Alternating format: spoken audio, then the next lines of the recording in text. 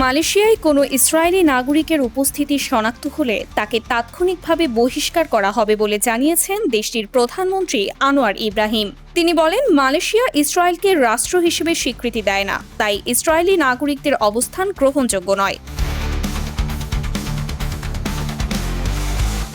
জোহর রাজ্যের forest city প্রকল্পে অবস্থিত নেটওয়ার্ক স্কুল নামের একটি ডিজিটাল নোমাড কমিউনিটিতে ইসরায়েলিদের সম্পৃক্ততার অভিযোগ ওঠার পর বিষয়টি তদন্ত শুরু করেছে মালয়েশিয়ার স্বরাষ্ট্র মন্ত্রণালয়। নাগরিকত্বধারী কিছু ইসরায়েলি অন্য দেশের পাসপোর্ট ব্যবহার করে মালয়েশিয়ায় প্রবেশ করেছেন।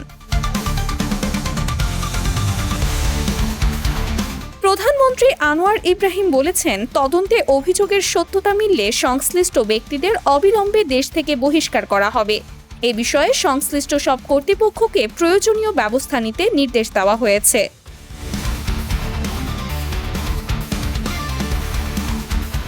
মুসলিম সংখ্যাগরিষ্ঠ মালয়েশিয়ার সঙ্গে ইসরায়েলের কোনো কূটনৈতিক সম্পর্ক নেই। সাধারণভাবে বিশেষ অনুমতি ছাড়া ইসরায়েলি পাসপোর্টধারীদের দেশটিতে প্রবেশ নিষিদ্ধ।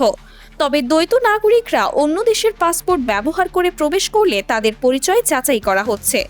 Sumaiya Snigdha, news desk, Daily Our Bangladesh.